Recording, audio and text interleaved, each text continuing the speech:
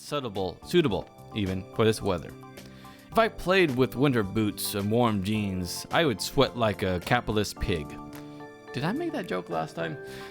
And playing barefoot with no jeans simply unethical. Well, again, from the future, I was saying if this is a fake world, just fudge it. See what happens if you streak. Maybe another time, alright? I shouted in response, turned around and walked back. I was followed by Ulsa screamed and pants about being a pansy. Yes. Wussy! Hold on, no. Wussy!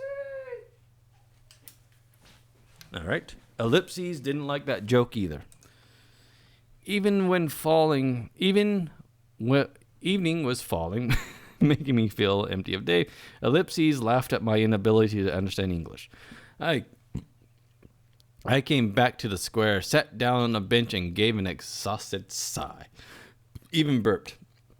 But I better sit here and wait for dinner. After all, it was easier to search for answers when you're not hungry. They do give food to people here, right?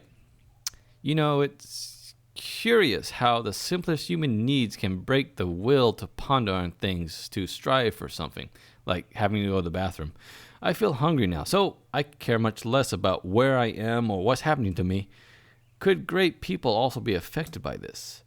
And in that case, how did Spartacus start the slave uprising in ancient times?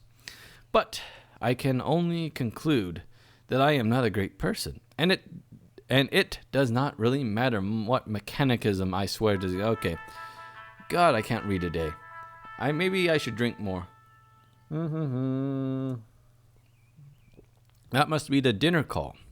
I headed towards the canteen. It was a good thing that now I knew where it was. Olga was there, standing on the porch. I stopped and looked closely at her. As if I was... Oh no, I stopped and looked at her as if I was expecting something. She looked back at me for a while, but at last came a little closer. Someone, what are you waiting for? Come in already. Guess nothing bad could happen then. My stomach backed me up. This scene. We'll see a lot of it. The two of us went inside. The canteen looked like a canteen.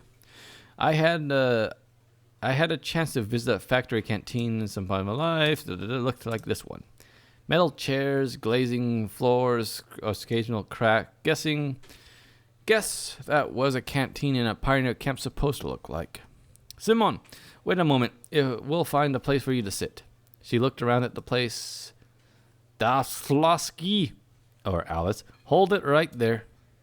Olga shouted at Alice, who was passing by. Yeah, what's up, bitch? What's up with your clothes? Anything wrong with them? 'Cause I make this look good. Indeed, her attire looked somewhat arousing. Get your uniform nice and neat right now. Does that mean... Wouldn't that mean her actually kind of derobing a little bit? Oh, sorry. I guess you can unbutton it and then button it back up without actually showing anything. Anyways, whatever. All right. Alice got her shirt right, walked past, shooting an unpleasant glare at me. So, where can we find you a place to sit? There wasn't a lot of free seats. Go over there next to Ulsa. Yeah, it's fine. The food's already on the table, too. I had no choice but to accept. Of course, there was the probability that the cutlets were poisoned with curry, the mashed potatoes generously seasoned with arsenic, and the glass filled with an excellent antifreeze instead of kumpat. But it all looked so tasty that I had no choice and no chance to resist. Hey, shorty, what you want? I replied rudely to Ulsa, who was sitting next to me. Looked like she was going to shank a bitch. Because of my clothes, I can't play in these weather, so I said, pointing at the source of the problem. All right, then, eat. However, there wasn't much left to eat. My cutlet was missing from my plate. Or Only she could have done it. No, more precisely, none but Elsa could have done it. Do you mind giving me back my cutlet? In a big family, you snooze, you lose. It can cost you a cutlass if you're careless. Give it back. I'm telling you. You know what? Don't attempt it. What did I do last time? I don't know. Don't attempt to take the cutlet. See, I don't have it. And indeed, Elsa's plate was empty. It seemed that the little girl eats as fast as she steals some cutlets. Take it easy. We'll work something out. Damn it, I chose this last time, didn't I? She grabbed my plate and ran off. I should have attempted to... I don't know. I don't know if it would have mattered. In about a minute, Lena returned and handed me a plate with a steaming hot cutlet on it. Here. Thanks. It was all I could say. I was so hungry, my suspicions were gone in a flash. I picked up the cutlet with my fork and yeah. What the hell? Some bug. Not a bug. A bug is whatever. It's got legs and it's wiggling. Wiggle, wiggle, wiggle, wiggle. Yeah. The floor into pieces, the leg falling. I disliked insects since I was a child, but the creepy crawlers appeared on my plate. It was just too much. You little whore. Elsa already backed away from me. I twisted away and laughed as she fresh come joke. I dashed after her. We ran out of the canteen. We were just a few dozen meters apart, and I felt I would catch a little girl easily. We ran through the square without a care. We ran past the clubhouse, flirting her blouse. And we ran into the forest path. She was having a good laugh. There we go. I gasped for breath. There wasn't much left. I should have quit smoking, I guess. I let out a breath. Elsa passed out of sight at the next turn. It can't be true. She managed to get away from me? It simply can't. I stopped and tried to catch my breath again. Ellipses lapped me again. Night was falling. Looks like I'm lost. It's a bad idea to stay in the woods at night. Better get back to camp. However, I had absolutely no clue which way to go. Well, gotta choose at random. Ellipses pointed in the correct direction. I went the opposite. Ellipses was there when I came back. I wandered the square for some time in the forest and even thought about crying for help. But finally, I saw the camp fence from beyond the trees. Everything fell back into place. The bus is gone, I mumbled quietly. On the one hand, there's nothing strange about that. The bus could just stay there forever. On the other hand, it meant there was someone driving, because buses do not drive themselves. Google. Or do they? Dun, dun. The world seemed too normal. But even this is the experiment. Ordinary life, real everyday explanations, and a surreal one. Certainly, the driver could have just been off on a snack and I left too soon, and that's why. In any case, this is not the place for me. Whether the bus itself or not was probably an important... Whether the bus drives itself or not is probably an important question, but it was much more important to know how I got here at all, and whether this is here at all, or where this is, rather.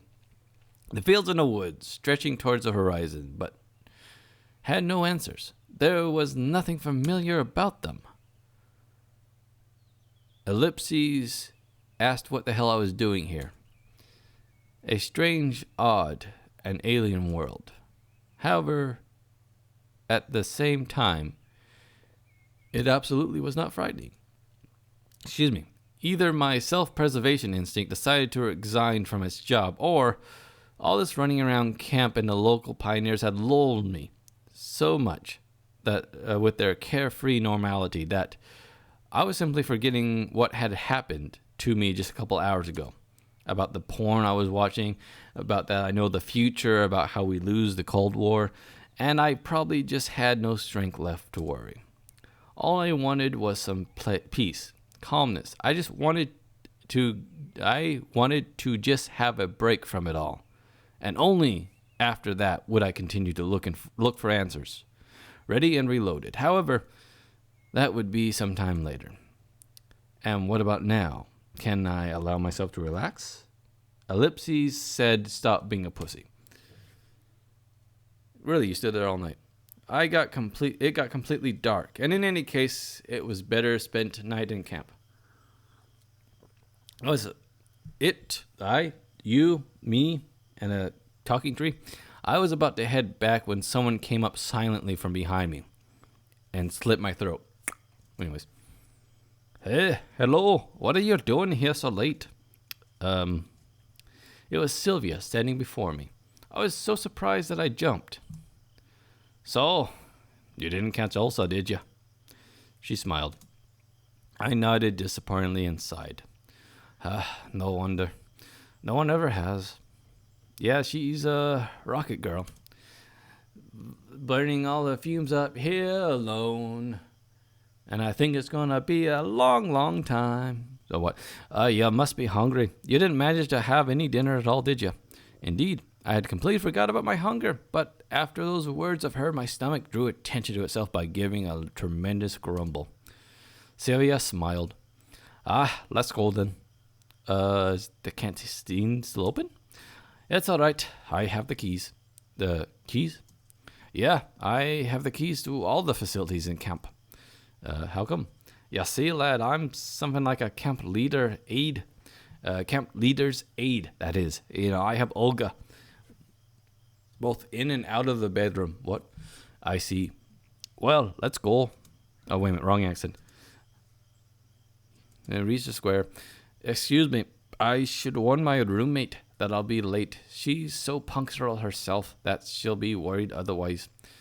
Now, your roommate is Lena, I think. You can go to the canteen and I'll come in a minute. All right. I really did not expect to find someone aside myself there at such a late hour. There's some, hopefully, oh yeah, Alice is trying to break in, isn't she? The lockpicker turned out to be Alice. I should probably keep off and waited. She looked at me intently for a while and then said, "Don't just stand there, give me a hand or something." Meaning, help me open the door. Why? 'Cause I want some buns and kefir. Dinner wasn't big enough. Well, you got enough buns as is. Ha. Is that really a good idea? Aren't you hungry yourself? Elsa didn't let you have a normal dinner, did she? She smiled sarcastically. It's true, she didn't. It's fine. Sylvia's will come now and... What? Guess I shouldn't have said that. I'm off then. And you'll pay for this. What the hell did I do? Having said that, Alice disappeared. Yeah, what was the first one? Ellipse was confused also. Sylvia didn't keep me waiting too long. Excuse me aloud, I've been drinking. Is everything all right? Yeah. Oh, why are you asking? No reason. It's nothing. I just saw Alice walk by, passed off. It would be about us. Everything's fine. Well, shall we go? As for Sylvia, she seemed not to notice anything. Or at least she was pretending she hadn't. Probably pretending. We entered the canteen. Wait a bit. I'll go get something. I sat down in a chair and obediently waited for my savior. As she carelessly played with her hair, my dinner was simple, a few buns and a glass of kefir. No wonder, I bet hungry pioneers finished everything off. However, even that was better than most of my usual diet. Sylvia sat across the table and looked at me while eating. Is there something on my face? No. It's just you're the most beautiful lad I've ever seen. She smiled. So, did you like your first day at camp? Seemed like I've done this before. It's silly to ask a question when suddenly found myself in a different reality, whether he liked the food in the canteen, the camp leader, or the assignment hut. It's alright. You'll get used to it soon. Sylvia stared out the window dreamily. Frankly speaking, I had no desire to get used to such things, but as for her, she doesn't need to know. Or at least she wants me to think that she doesn't. Well, all in all, it's nice here. I had to somewhat break the awkward silence. Do you think so? She asked, without any interest. Yeah, this place is so... I wanted to say retro, but I managed to hold back. After all, it was retro for me, but what about them? It might only be the kind of life they knew. In terms of life, if the term life was applicable to them. So how? She watched me closely, as if something important depended on my answer. Well, I don't know. Lovely. Yeah, it's lovely here. I guess you're right. Down my throat, she smiled again. It's very good that you think so. Why? Otherwise we would have killed your lad. You're not the first one from the future. Oh, what? Well, not everyone here likes it. And what about you? Me, lad? Yes. I love it here. It's great. Tears rolling down her eyes. Then you don't need to worry about what other people think. Well, I don't really worry. Sylvia laughed. Ha ha ha. Anyways, the conversation seemed to be leaning me far astray from where I wanted it to go. Excuse me. And you're worried yourself? Really? What do you say? Why do you say so? Well, when someone is chewing so intensely. Sorry. It's okay, lad. I couldn't bring myself to be more cautious around this girl. But why her in particular? Why not any other local inhabitants? Each one of them looked completely normal to me.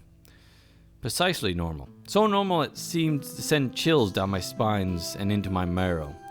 Normal and not like a neighbor with a power drill in one hand and a subwoofer in the other. Not like a passenger you can often meet in the subway or public transit. Not like a co-worker at the next table in an open plan office. And not even like a friend who only differs from other humans in his, constant incidents. All of them looked normal, as I would expect them to be, with their own downsides but without any superpowers. Batman was an example. Cute. Yes, Batman is cute. I glared at her stealthily, not knowing what to say. Compliment about how big her eyes are. I'm sorry, I wanted to show you the camp but ran off my feet. I didn't miss anything while on my own, I guess. Are you sure you haven't missed anything at all? We have a sex dungeon. Did they show you that? Oh, that's a lovely place. What? She smiled so brightly that I had to drop my eyes in confusion. Well, how would I know? It's my first day here. Okay. And what have you seen so far? Well, I've seen the square, the canteen, the football field. And what about the beach? Just from afar. You really should go there, or let's do it. Together. Well, okay, we will. Her naturalness started to normal. Maybe I was thrown into the past. Yes, that would explain a lot. Can I ask you a question? Wrong accent. No. What kind of answer is that? I just want to ask you what day it is. Is this 1985? Can I go back and save my parents? Anyway, Sylvia smiled and stood from the table. It's late. Can you find your way to Olga's by yourself? Of course I can, but why should I go there? She'll settle you with someone, maybe herself if you're lucky, lad. What for? Probably the question seemed stupid, but Sylvia bursted out in good-natured laughter. You need to sleep somewhere now, don't you? That makes sense. Fine, I'll be off then. Good night. Night. It's strange that she left in such a hurry. A bundle of keys left in the door caught my attention. I was going to catch up to Sylvia, but Where does she live? And knocking on every door in the middle of the night sound like a bad idea. I took the keys last time. Let's leave them. On the other hand, again, see, I'm doing just the opposite of what I did last time, but I need to be focusing on someone, right? I need to try to get Sylvia's path. I don't know. We'll see. Too late. I made my decision. Why would I need them? The night, though dark, was silent and all. Wasn't silent at all. All you could hear was chippering crickets, the song of night birds, and rustling trees from everywhere. And suddenly, desire to follow Sylvia's advice and go to Camp Lee's cabin appeared. I don't know why, but the sight of the unknown bronze builder of communism put me in a constructive mood. I sat on a bench and started to recall everything that happened today.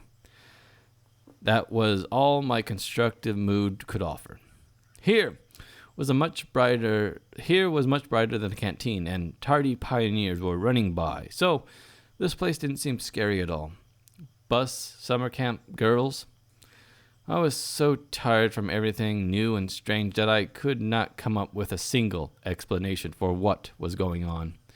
I heard barely noticeable rushing noise. I shivered and looked in that direction. A girl reading a book. Nina. I decided to move closer and talk. She was the only person I've met here without exchanging even a few words.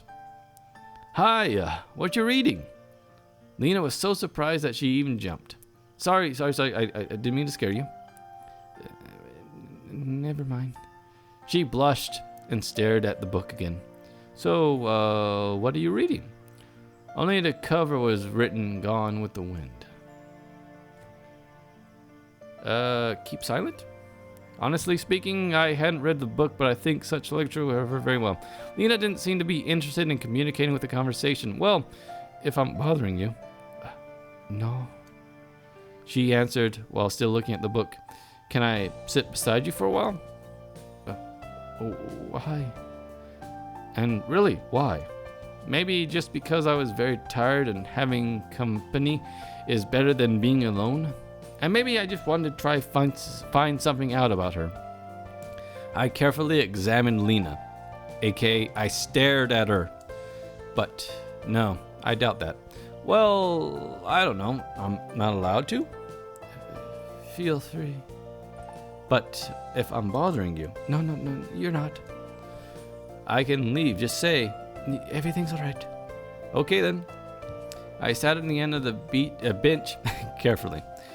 After such an intense talk, staying here was the least thing I wanted, but it wouldn't be nice to just jump up and leave. That didn't really go well, huh? Lena hasn't answered anything. It seems I made a fool out of myself. I bet if Ulsa was here, she would have a good laugh at me. Do you enjoy being here? I recalled Sylvia's question and thought it'd be a good start of a conversation. Yes. She smiled slightly.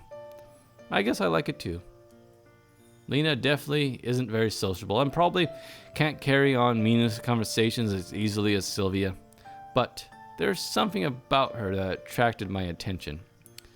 Like a momentary glimpse of a reflection in a glass of a rainy autumn evening, which makes you turn around and stare into the darkness, searching for something that you saw out of the corner of your eye. Of course, you wouldn't be able to distinguish or understand what it was, but it still felt so tempting. Lena was reading the book without paying attention to my presence, and I had no intention of asking her anything about this camp or the world in general. Beautiful night. Yes. How in the world do you start a conversation with her? It's late. I have to go. Oh, yes, it's quite late. Good night. Good night. There was something strange about that girl. At first glance, she's a typical shy and modest pioneer girl, but the mystery of Lena took its own place in my massive list of mysteries about this camp, which I had started to put together in my head. Ellipses saw in the future and agreed. A lazy evening, and there's nothing like a good time. Oh, and nothing like a good time with nothing to do. I headed towards Olga's. The light was on. Hey, Simone! You're quite late. Yeah, I went for a walk and looked around camp. All right, you'll be sleeping here in my bed. The music's quite appropriate for that statement. Bow. Anyways, she pointed her finger at one of the beds. Right here. I was a bit surprised. Yeah, is there something wrong? We're out of free cabins anyways. The camp leader smiled, but I rather think it was just out of politeness, not, Anyways, you do want to be a decent pioneer, don't you? I want to be a bad boy. A bad pioneer. No, what? Wait, sorry. Told you a bit too much about myself. There was a clear emphasis on the word decent. Sure. I was lost in thought for a moment. Do you mind it, Masmuel? She looked at me oddly, with surprise and some offense in her eyes. A pioneer should respect their elders, Olga said strictly. Of course he should. No one argued with that. I blathered, not realizing what was wrong. Shouldn't you also? She stared at me. Under such a gaze, mithril forged by the best dwarven masters from the deepest dungeons would melt. Should I what? What's up, Toots? You're addressing adults, apparently. Yeah, of course there are a lot of strange things here. But this girl is just a couple years older than me. Or maybe even younger. But I decided not to argue with just a few minutes ago, I would have called her an adult. I have to admit, she had given me a strong character, yes. And in any case, I wasn't in a position to argue. As you say, madam, I mumbled. That's better. Now, that is how a decent pioneer should conduct himself. And now it's time to sleep. Honestly speaking, I was going to become neither decent or an indecent pioneer. Just yesterday, I wasn't going to be a pioneer at all. But do I have a choice now? If you don't want to, well, you have to make Olga. Yes, okay. So, there we go. Oh, I climbed into bed and closed my eyes. Well, you didn't look at Olga, and realized how tired I was after today. Something hammered in my head awful, as if my brain had started a night shift. And they seemed to be aimed more at rolling steel than working on something more sensitive. Excuse me. The bus flew through my mind. And the square with the monument. Again, Gendo. That cantina full of pioneers. And that mischievous even face of Ulsa. The bikini. The shy, nerdy girl. The aggressive punk rocker. Wait a minute, sorry. Maybe I should actually read what it says. What if I'm here for good? There we go. All right, so there's the end of day one, and I'll end the video there. So there you go. There's a rough beginning. Again, I should actually be making choices rather than just choosing what I didn't choose last time, but I don't know if it matters much at the beginning. It's one of those things where you almost have to read a walkthrough to know what choices mean what. But like the keys, I wonder, since I didn't, let me go back to 2 here. Save game. So there you go. This would be the second playthrough. So 1, 2, 3, 4. Yeah, that would be each playthroughs. Anyways, what was I saying? What I was wondering is like with the keys that I left behind. If this time I left the keys behind, that means Alice, say, gets them and does more mischievous things. That opens up a whole nother line of stuff. So I'm wondering if that's what happens now. Like just, the minor changes opens up the whole new pathways. Either way, what I really need to do right now is end the video because I am dancing around and I really need to go deposit the used whiskey. So I'll say thanks again for watching and I'll see you next time. Gotta go.